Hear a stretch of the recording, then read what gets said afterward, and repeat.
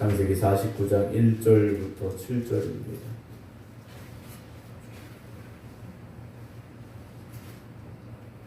야곱이 그 아들들을 불러 이르되 너희는 모이라.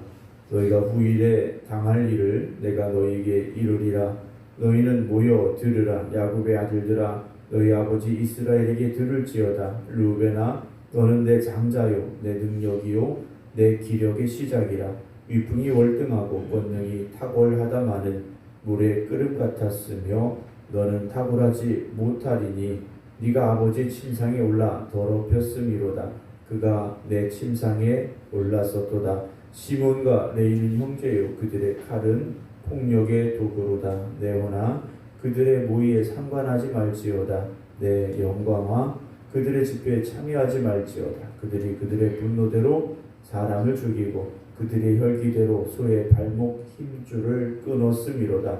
그 노여움이 혹독하니 저주를 받을 것이요 분기가 맹렬하니 저주를 받을 것이라. 내가 그들을 야곱 중에서 나누며 이스라엘 중에서 흩으리로다. 아멘. 하나님의 크신 은혜와 또 날마다 하나님의 귀한 은혜와 축복이 모든 성도님들의 삶 가운데 임하여 주님의 이름으로 축원합니다.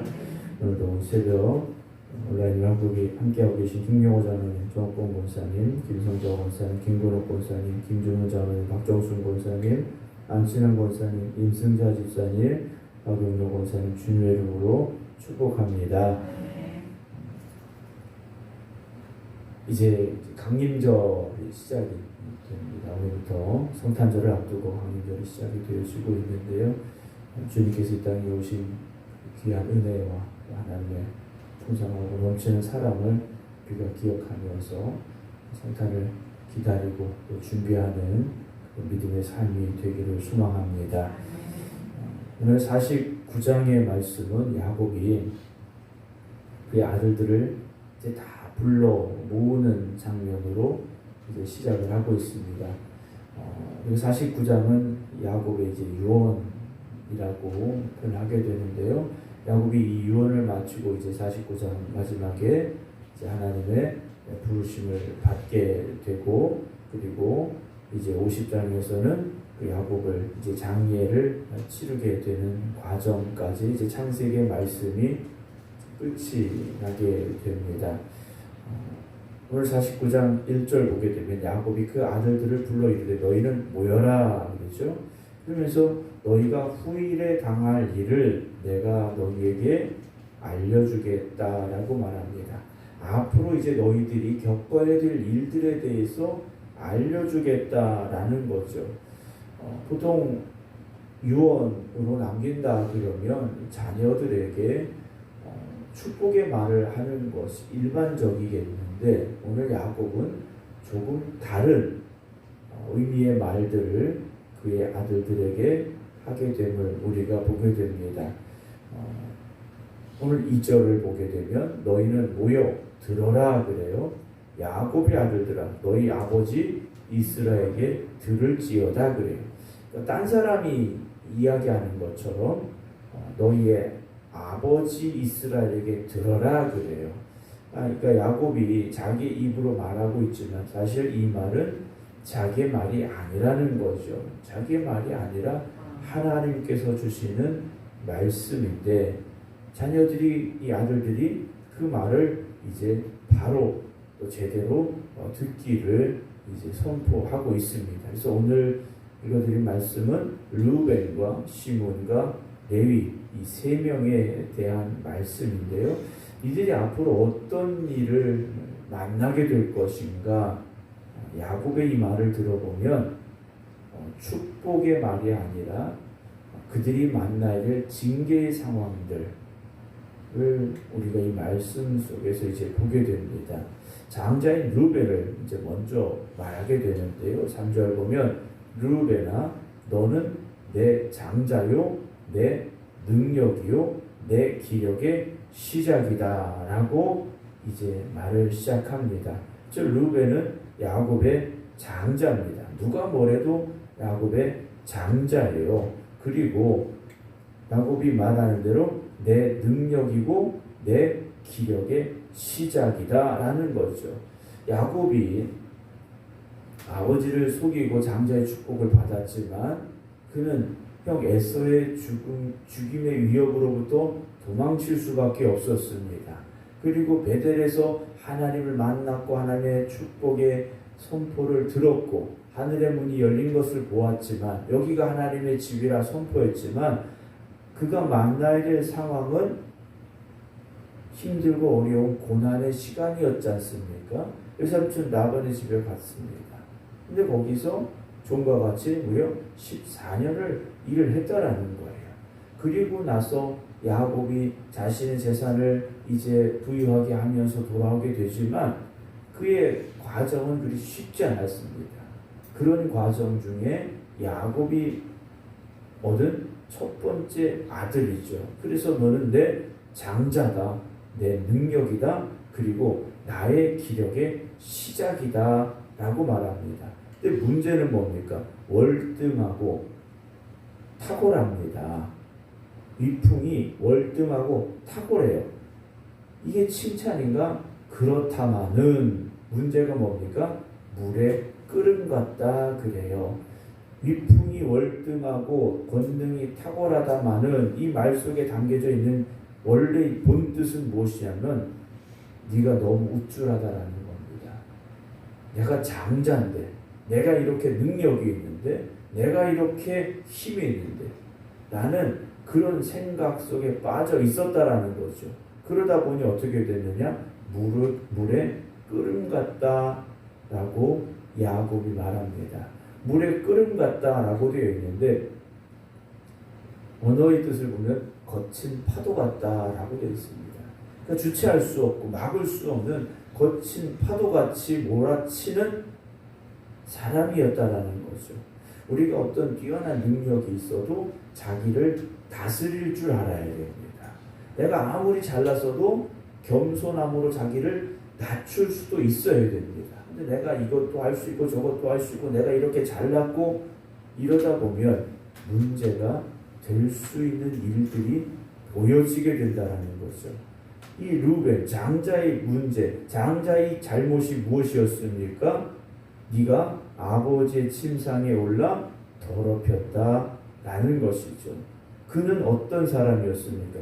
뛰어난 능력이 있었어요. 모든 형제들을 이끌어갈 만한 지도력도 있었습니다. 그런데 아버지의 첩이었고 그리고 그의 형제 단과 납달리의 어머니인 비라를 범하고 말았다라는 거죠. 우리가 창세기를 통해서 이미 나눴던 말씀이에요. 아버지의 첩과 동침했다라는 겁니다. 그래서 아버지의 침상을 더럽혔다라는 거예요. 그래서 야곱은요 르우벤의 죄를 분명하게 지적하고 있다라는 겁니다. 물론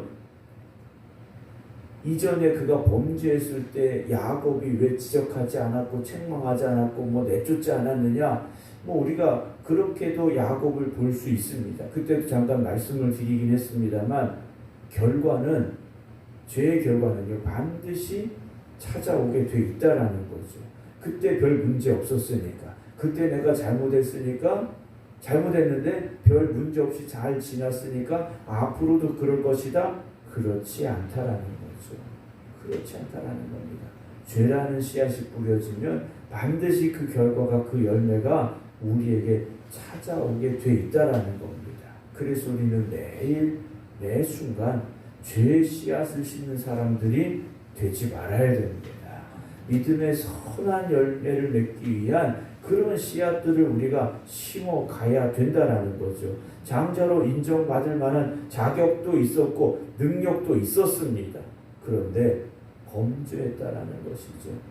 죄는요 에덴이라는 낙원에 살고 있던 아담과 하와를 쫓아내는 계기가 되고 말았지 않습니까? 에덴이라는 낙원에서 하나님 주신 그 은혜와 축복 가운데 살아갈 수 있었던 그들이 범죄함으로 인해서 에덴에서 추방이 됐다라는 거죠. 오늘 우리가 하나님 앞에 바로 서야 되는 이유가 무엇이겠습니까? 하나님의 자녀로서 누릴 수 있는 권세와 축복을 지켜가기 위함이라는 것이죠. 오늘도 그 자리를 지켜가는 믿음의 삶이 되시기 바랍니다. 5절 보면 시므온과 레위가 나오는데 이들을 형제라고 부르죠. 당연히 형제들이죠. 한 아버지에게서 나온 아들들이 당연히 형제인데 여기서 형제라는 말의 뜻은 무엇이냐? 단짝이라는 겁니다. 12명의 아들들 중에서도 이들은요 특별히 친했다라는 거예요. 특별히 친했다라는 겁니다. 그런데 특별히 친했는데 좋은 방향으로 친했어야 되는데 그렇지 못했다라는 거죠. 단짝인데 좋지 않은 방향으로 가는 단짝이었다라는 겁니다. 이어서 나오는 말이 무엇입니까? 그들의 칼은 폭력의 도구다라고 야곱이 말합니다. 그들의 칼은요 폭력의 도구라는 것이죠. 칼이라는 것이 여러 종류로 쓰이지 않습니까? 음식을 만들 때 쓰이기도 하고 환자를 수술할 때 쓰이기도 하지만 사람을 위협하고 죽이는 일에도 쓰이는 것이 칼이라는 거죠. 이들이 칼을 갖고 있었다. 그 자체가 문제가 아니라는 겁니다. 폭력으로 쓰여졌다라는 거죠. 물론 폭력으로 쓰여진 이유와 동기는 타당합니다. 그들의 누이가 강간을 당했지 않습니까? 강간을 당했어요. 그런데 이 원수를 그들이 칼로 갚았더라는 거예요. 물론 이유가 타당하고 그럴만하다 우리가 이해할 수는 있지만 그들의 동기가 그들의 과정이 그들의 결과가 하나님 보시기에는요 합당하지 않았더라는 거예요.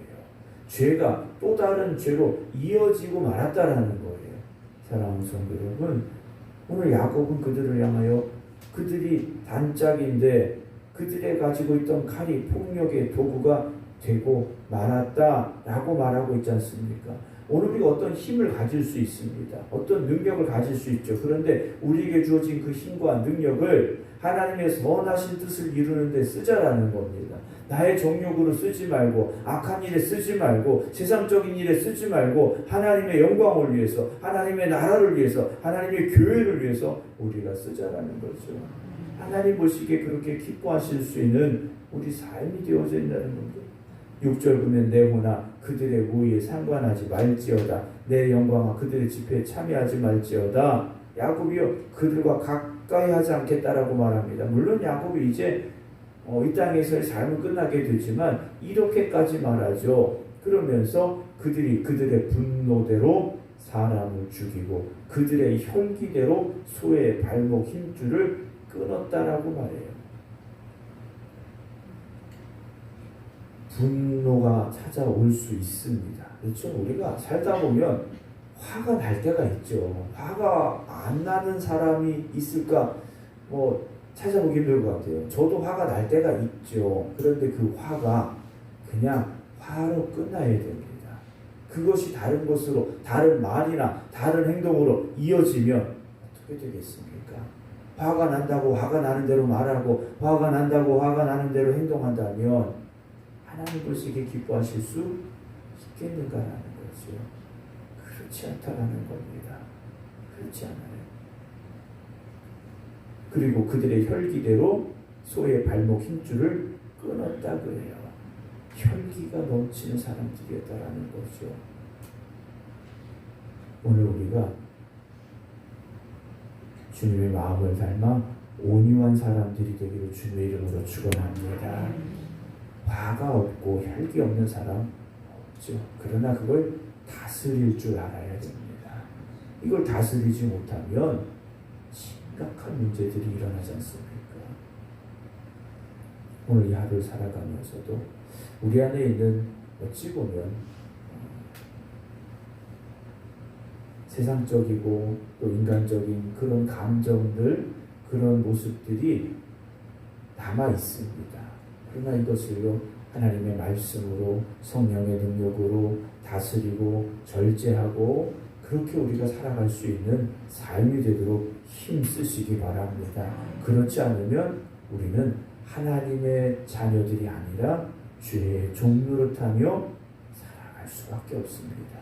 마지막 7절을 보면 그 노여움이 혹독하니 무엇을 받습니까? 저주를 받을 것이요 분기가 맹렬하니 또다시 저주를 받을 것이라. 내가 그들을 야곱 중에서 나누며 이스라엘 중에서 흩을 것이다 라고 선포합니다. 시몬과 레위 지파는요 뿔뿔이 흩어져 버리게 된다는 거죠. 각자의 지파가 분배받아야 될 땅이 없다라는 겁니다. 사랑하는 성도 여러분, 오늘도 똑같은 하루가 반복이 되는 것 같지만 매일매일 새로운 날을 하나님께서 우리에게 주신 겁니다. 말하자면 새로운 도화지를 하나씩 우리에게 주신 거예요. 거기에 오늘이라는 그림을 그려가고 있다는 겁니다. 여러분, 오늘이라는 이 그림을 어떻게 그려가기 원하십니까? 하나님 보시기에 기뻐하실 수 있는, 그래서 하나님께서 영원토록 우리의 오늘을 기억하실 수 있는 그런 날이 되도록 힘쓰시기 바랍니다. 그래서 오늘 이 하루가 하나님 보시기에 아름다운, 그래서 우리가 기억하기에도 아름다운 그날이 되도록 믿음의 최선을 다하는 저와 여러분들이 되기를 주님의 이름으로 축원합니다. 기도하겠습니다. 하나님께서 우리를 자녀 삼아 주시어서 하나님의 자녀답게 살기를 기대하고 계신데, 우리가 우리 안에 있는 여전히 악하고 추하고 더러운 것들로 말미암아 하나님 보시기에 기뻐하지 못하는 삶을 살아갈 때가 있습니다. 오늘도 하나님의 말씀을 들을 때 우리가 찔림 있게 하시고 깨닫게 하시고 회개하게 하시고 변화되게 하여 주시옵소서. 그래서 매일매일의 삶이 하나님 보시기에 기뻐하실 수 있는 우리의 삶이 되게 하여 주시옵소서. 오늘이라는 이 시간을 주셨습니다. 오늘 이 하루도 우리가 어디를 가든지 무엇을 하든지 어떤 생각을 하든지 어떤 말을 하든지 하나님의 말씀에 순종하는 삶이 되게 하시고 하나님께 영광 올려드릴 수 있는 우리의 모습이 되게 하여 주시옵소서.